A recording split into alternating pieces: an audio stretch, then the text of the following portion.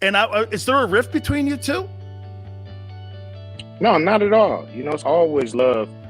Dr. Dre brought me into the game, so it's always love. But I've been doing my own thing since 1990. We come together every now and then. We came together to do music. We come together. He's helped me. He's put songs on my soundtracks, and he's done things like that over the years. I've done things with him over the years for the special things he had. We came together to produce Straight Outta Compton. So it's nothing but love. And so let's not even start no rumors like that. You know what I Oh mean? no, I that's what I try to do.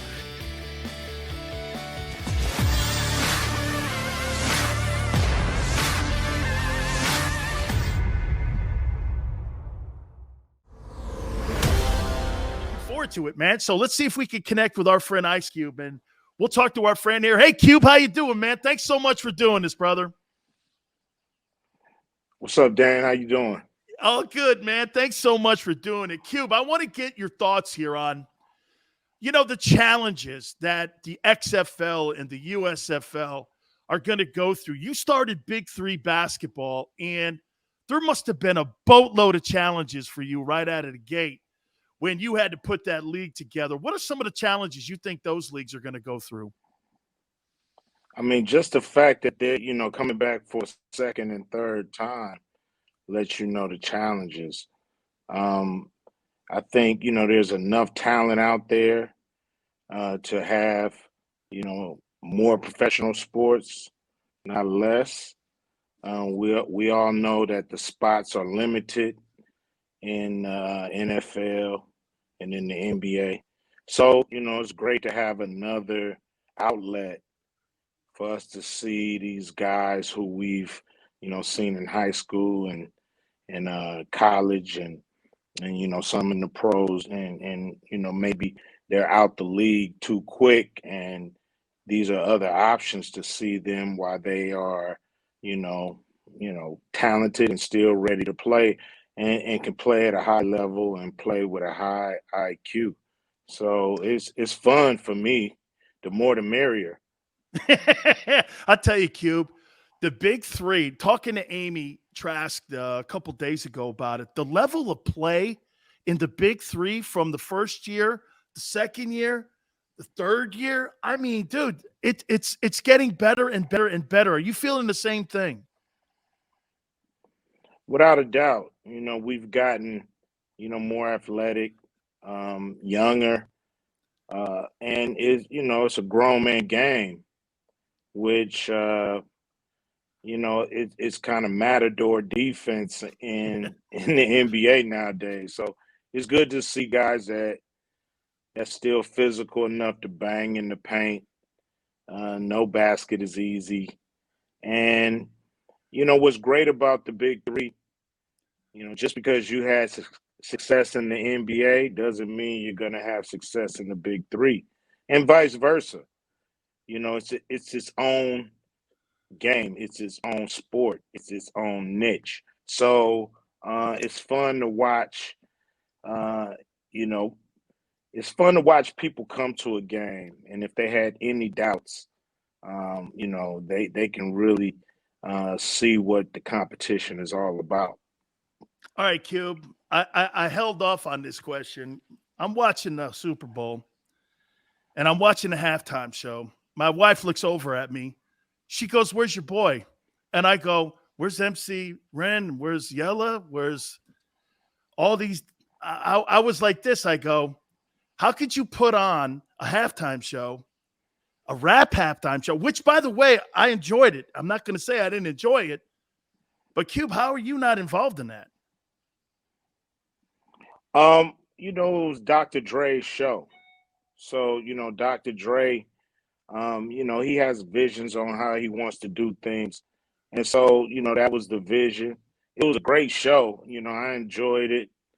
Um, when I do the Super Bowl, I want to do it as an Ice Cube Super Bowl. You know what I mean? And so I wasn't as worried about not performing as a lot of people who, seem to that it bothered him. At Oh, the it end of the bothered day, me. great It performance. bothered me, man. I mean, it did. I was like, whoa, whoa, whoa.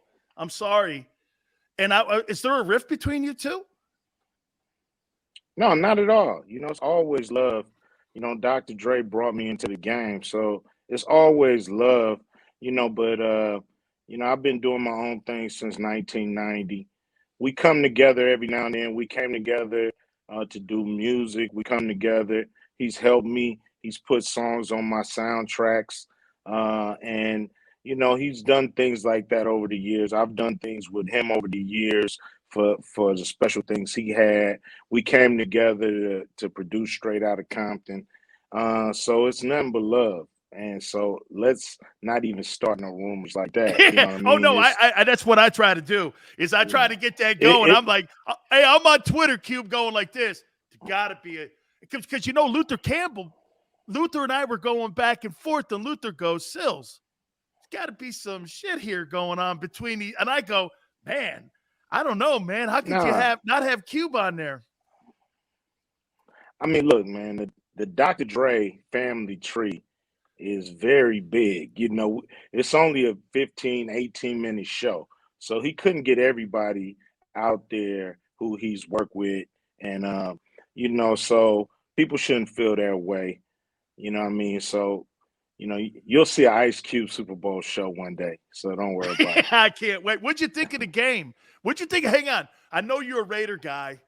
Was there any love for the Rams when they pulled it through and they won the Super Bowl for LA? Of course, the Rams is my side piece. I used to, you know, I used to I used to cheer for the Rams before the Raiders came to town, and so it's always been a little love for the Rams, and I'm happy they won the Super Bowl for Los Angeles. Winning for St. Louis was cool, but they put the cherry on top, winning the chip right here in Los Angeles. I got to throw this at you, Cube. This is crazy, and how again we're connected here a little bit. So I'm playing. There's this guy named Leon Lett that plays for the Rams. He became Big Van Vader, this wrestler, and there's this Yeah. other brother on the team, and I'm playing against him. I become friends with him, and I go like this. I go, "Hey, Marion, man, I think you're going to probably make the Rams, man. I think you're going to make." Suge was on the Rams, and he in '87 was on that Mm. Rams team, and a guy named Harvey Hyde in Las Vegas was his coach, and he named him Sugar Bear. And he told me they ended up taking, of course, the bear off, and it turned into Suge. And that's how I became friends back in the day with Suge, because every time I saw him, Sileo, hi, because he was like an all-conference, all-Mountain West football player. And I'm sure he used to probably throw that at you. Hey, I was all Mountain West back in the day. So that was Oh crazy. yeah. But I knew him, man, when he was playing ball, because he played with Randall at UNLV. Yeah, that's what's great about that, Suge, I met him when he was bodyguarding for Bobby Brown. So, he used to, what I mean, always talk about Vegas, talk about playing, a little here and there. At the end of the day, that was kind of Easy's homie. So, I used to just check him out from afar and kind of peep how he did things, you know what I mean? But at the end of the day, it's a trip how life takes you. You know what I mean? What if people to stay with the Rams and became, all Yeah, pro football players? You never know. absolutely. Hey, you talk about your Lakers now, man. They're in bad shape. Hey, they in bad shape. Should they trade AD? Everybody love when the Lakers is hurting. You know what I mean? Everybody go high when we win the chip. Yeah, it's not always sunny in Los Angeles, like it is in Philadelphia. So, at the end of the day, um, we'll be back. You know us. We got 17 of them things. So, you know, sunny days are on the horizon. Don't worry about the Lakers. Trust me. Hey, Cube, what you got working on, man? I know you were talking about trying to get that Doc Ellis documentary up and running. I know you wanted to get your kid involved in that thing too. Where is that on the shelf right now? Are you working on trying to get that thing out there? Yeah, that's a good project. We right now we just, you know, getting our kind of our independent financing together. Hollywood is a drag, and so we want to do the movies we want to do and not the movies they want us to do. So, it's a thing where we want to do our own movies. So we just, what I mean, putting our investors together and we're gonna make it happen. We got a list of movies, on the Q Vision, slate, and we just ready to get them off. So it's all working out behind the scenes. Right now I'm working on that Mount Westmore project. That's front of mind. That's me, Snoop, Too Short, E40. We're about to drop a whole project. We're about to go on the road, do shows. I got a lot of solo shows. BIG3 coming up. Hey man, I love. Hey, I told you So my favorite get it album. in. Hey, my favorite album you ever did was West Side.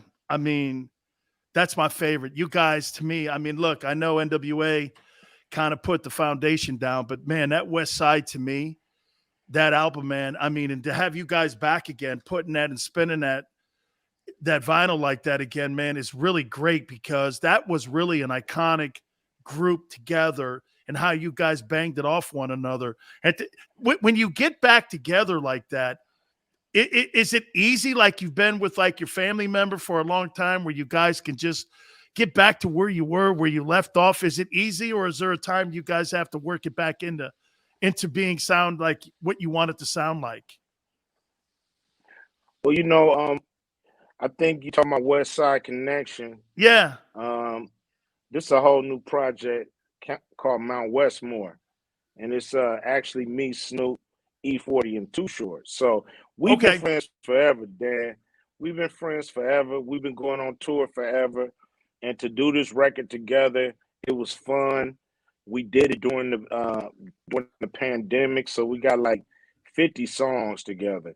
So to to be able to start dropping them and putting them out and going on the road with these dudes, it's epic. You've Yeah. never had four iconic artists who have more than 20 years in the game come together and create a record like this when it comes to West Coast hip hop. So we expect it to be what everybody expect it to be, and that's nothing but love, nothing but classic hits. Finally here, Raiders, Josh McDaniel. How do you feel about the Raiders landing him as their head football coach? I mean, we'll see. I feel sorry for our quarterback. This is him going through another coaching staff. Hey, Um, QB had a you know, great year. yeah, so I just sit back at these times, man, and just wait for it to all come together. And so I can't say anything but let's see what happens with this guy. All right. I'm going to leave you with this one here. The Broncos are for sale.